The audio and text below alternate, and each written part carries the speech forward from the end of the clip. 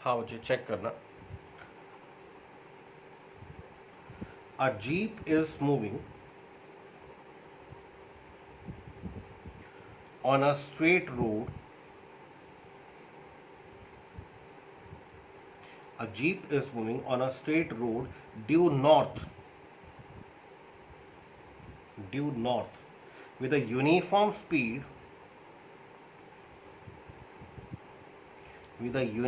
speed of 60 kilometer per hour. When it turns left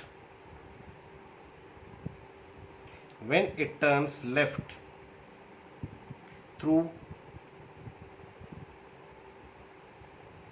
90 degree. If the speed remains constant,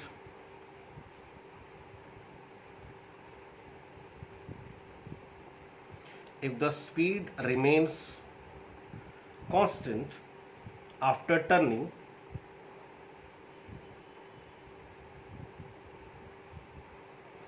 find the change in velocity. Find the change in velocity of the jeep. अब बच्चे answer आपको given है, please देखना. 60 kilometre per hour due waste.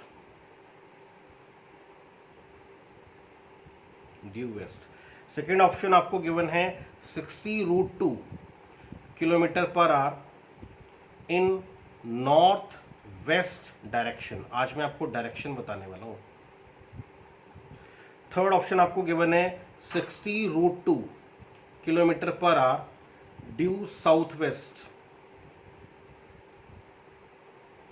Direction. And fourth option आपको given है none of these is correct. इनमें से कोई भी करेक्ट नहीं है, प्लीज ध्यान देना.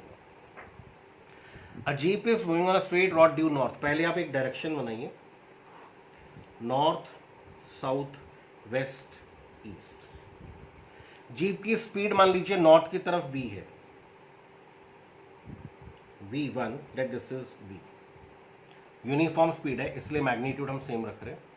Turns left through 90 degree. It turns left through 90 degree and continue to move with the same speed होने का मतलब हुआ magnitude of v1 is equal to magnitude of v2. बच्चे कहते हैं सर फिर इसको v1 क्यों नहीं लिखते? क्योंकि बच्चे डायरेक्शन चेंज हो गई है तो इसलिए v2 नाम दिया उसको, उसका नाम v2 रख दिया. बट मैग्नीट्यूड वाइज अगर ये 60 है तो ये भी 60 है. अब कहा गया find the change in the velocity. आपसे फाइंड करना है चेंज. बच्चे क्या करते हैं, बच्चे ये कर देते हैं, ये फाइंड कर देते हैं. ये क्या देगा आपको? Closing side of the triangle है ये. This is v1, this is v2 और ये ट्रायंगल की क्लोजिंग साइड है तो ये क्या देगा आपको? v2 plus v1. ये आपको ऐड कर देगा, चेंज नहीं देगा आपको. ये नॉर्थ वेस्ट में बच्चों ने इसको आंसर क्लिक किया हुआ था, ये गलत हो गया था. नॉर्थ वेस्ट क्यों गलत हो गया था? बिकॉज ये ऐड हो रहा है. अगर ये रिजल्टेंट फाइंड करोगे, रिजल्टेंट इज क्लोजिंग साइड, आपको सब्ट्रैक्ट करना है. तो अगर ये v2 है, ऑब्वियस है ये कितना हुआ? This is v2 because magnitude same, direction same. Vectors में आप कुछ भी नहीं कर सकते हैं, मैग्नीट्यूड भी सेम रखना पड़ता है, डायरेक्शन भी सेम. तो ये आपका v2. अगर ये v1 है, मैग्नीट्यूड सेम, डायरेक्शन अपोजिट.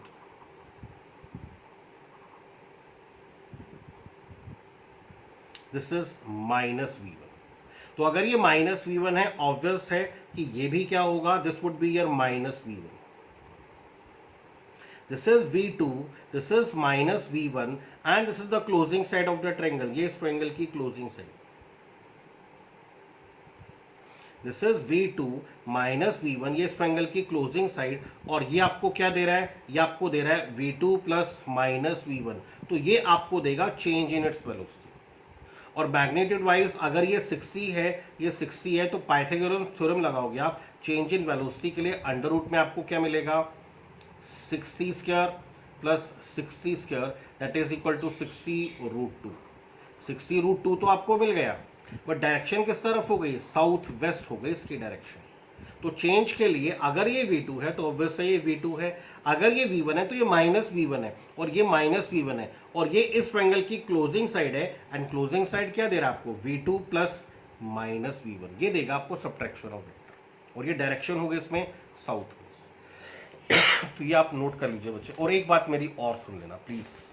इस अभी तक कोई न्यूमेरिकल पढ़ा नहीं है इसमें, बट प्लीज आप डायरेक्शन के लिए छोटी सी एक बात सुनिए प्लीज।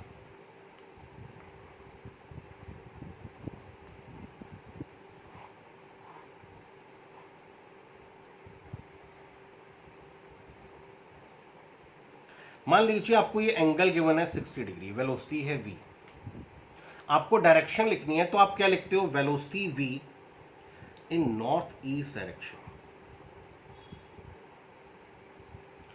ईस्ट नॉर्थ भी लिख सकते हो, नॉर्थ ईस्ट भी लिख सकते हो, बट एक बात का याद रखना कि जिसके साथ एंगल है, जिस लाइन के साथ एंगल है उसको बाद में लिखना है। जिस लाइन के साथ एंगल होता है उसको हमेशा बाद में लिखा जाता है।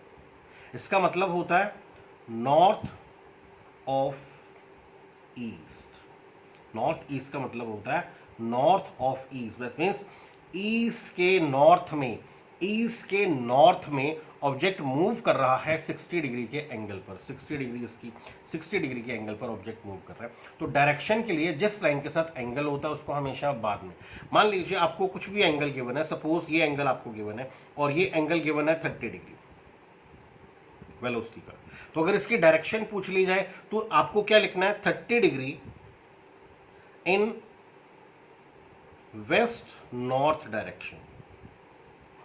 एंगल किसके साथ है, नॉर्थ के साथ, तो नॉर्थ को आपको बाद में लिखना है। इसका मतलब हुआ वेस्ट ऑफ नॉर्थ। नॉर्थ के वेस्ट में, नॉर्थ के वेस्ट में, नॉर्थ के वेस्ट में, नॉर्थ के वेस्ट में ऑब्जेक्ट 30 डिग्री पर जा रहा है। तो जिस लाइन के साथ एंगल होता है उसको हमेशा बाद में लिखते हैं, इसको आप हमेशा याद रखें।